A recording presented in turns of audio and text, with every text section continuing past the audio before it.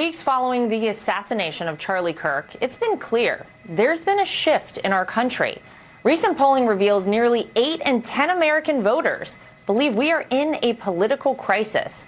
And just as many believe the way people talk about politics is contributing to violence. Apparently, Congresswoman Ilhan Omar didn't get that memo. It is a tragedy that Charlie Kirk was killed in that way. But there is no legacy to honor. It was a legacy filled with bigotry, hatred, and white supremacy. Yeah, well, Congresswoman Omar is just plain wrong. Look at the students coming out in droves to join Turning Point USA, attending the tour that Charlie started, or the hundreds wearing shirts in his honor, the thousands now registered to vote, inspired by Charlie's passion. My next guest has seen it all firsthand. Host of The Benny Show, Benny Johnson, joins me now. Benny, I know you've seen a lot. We've both seen a lot. 79% of people polled think that we are in a political crisis. Do you think that? What does that mean? And where do we go from here? Yeah, Laura, I'm so glad that you're asking this question. It's such an honor to be on your program. Thank you so very much for having me. I want to say the reason why people think we're in a political crisis is because of the left. And I can give you a very simple example. Jimmy Kimmel, the way that Ilhan Omar and Jimmy Kimmel and AOC and the left have responded to Charlie Kirk's political assassination by the left is causing a crisis. And here's why. Jimmy Kimmel, when Charlie Kirk was politically assassinated in a gruesome, horrific assassination that we all watched live, he didn't cry. He didn't cry for Charlie Kirk.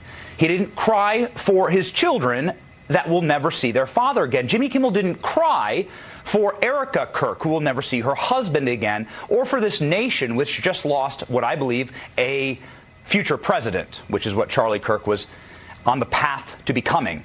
Jimmy Kimmel didn't cry for any of that. In fact, Jimmy Kimmel mocked Erica Kirk. He mocked the MAGA movement. He lied about Charlie Kirk's assassin.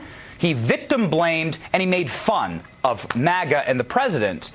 Jimmy Kimmel only cried when Jimmy Kimmel's career was under threat, when Jimmy Kimmel got put in timeout by ABC because he refused to apologize, and he continued to refuse to apologize, Laura. And that's why there's a political crisis, because there's a lack of human decency. You just played a clip with Ilhan Omar where she says it's a shame that Charlie died in that way. Is there other ways that it wouldn't have been a shame? That's a great question for Ilhan Omar. It's fascinating the way that she says that. And then she immediately attacks Charlie with grotesque smears and slanders, the kind that are false and that probably led to Charlie's death, based on what we're learning now. That's why people think there's a political crisis, because of the lack of humanity. And if I may, Laura, just very briefly give an alternative. The way the right reacted was prayer and mourning. The way the right reacted was entirely peaceful. I was backstage at Charlie's memorial, and the Secret Service there said that we're not worried about the 300,000 supporters of Charlie Kirk that are here. We're scared about one leftist that might sneak through. That's our fear. When Joe Biden got terminal cancer diagnosis, stage 5 metastasized to his bone, nobody celebrated. No one on the right celebrated. Nobody cheered for that. We all said a prayer. I don't like Joe Biden. I think he wrecked the country. But we didn't celebrate his terminal cancer diagnosis. We prayed for him and said we hope that he lives out whatever days God has for him in peace and painlessly. And so that is the difference, Laura. It's a difference of morality and godliness versus godlessness. It's a difference of darkness versus light, and that's where the crisis is. Well, Benny, listen, there's no doubt that a lot of the horrific rhetoric we've heard from the left has contributed to political violence. We look around the country at our ICE facilities. They've now had to harden these sites because a lot of these people are targets. I know this past week you were in Chicago with Secretary Noem. You did a ride-along, I think. Tell me about what you saw, what you experienced on this ride-along. Well, that's right, Laura. And actually, I have the honor of being here in the Fox studios in Chicago right now with the beautiful Trump Tower right behind me, a building I know you know well. The Trump family has invested in this city. The Trump family loves this city. It has a gleaming, I would argue, the best skyscraper in this city. Chicago is a city that deserves to be saved. It's a great American city, but they've had horrible leadership. And so in our ride-along earlier this week with Secretary Kristi Noem, what we saw was ICE enforcement. The secretary actually went out and arrested criminal aliens herself. We saw it in a Walmart parking lot and also on the street. They have a huge problem here, and their facilities are constantly under attack. I witnessed in their Broadview ICE facility multiple physical assaults of Border Patrol agents. There were a dozen arrests that happened right in front of me with violent left-wing protesters assaulting ICE, slashing their tires, throwing rocks, bricks, throwing fireworks. Some of them popped right around me, and it could have been far worse.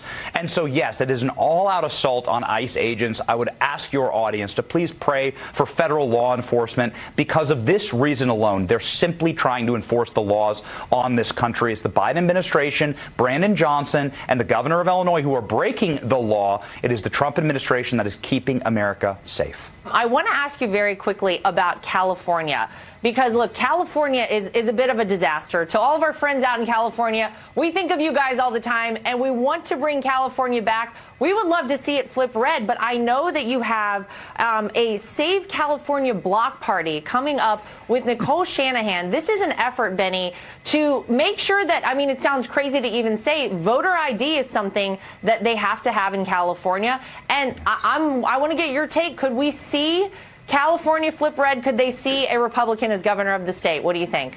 Yes, absolutely, Laura. Very quickly here, if you expand out and look at Wisconsin, there was no voter ID. And Wisconsin was just one of those shady states, right, where you weren't sure where the votes were coming from. Wisconsin had a referendum, put voter ID on the ballot, and Democrats didn't even fight it, Laura, because they can't fight against voter ID. If you have it on the ballot, then they have no argument. And so Wisconsin now has voter ID and clean elections, and Donald Trump wins Wisconsin steadily and easily in 2024. Now let's move over to California. They have no voter ID. You know there's a problem with illegal voting in California. They have the same referendum mechanism. And so we are going to be assisting in an effort to make sure that voter ID is on the ballot in 2026.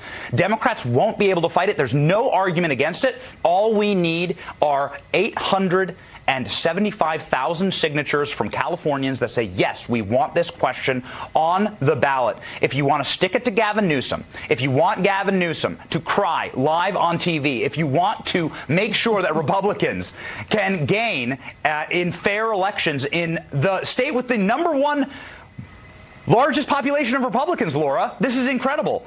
I didn't know this, but the most Republicans in the country actually live in California. It's such a populous state. If you want them to have a voice, if you want to change politics forever, give California voter ID.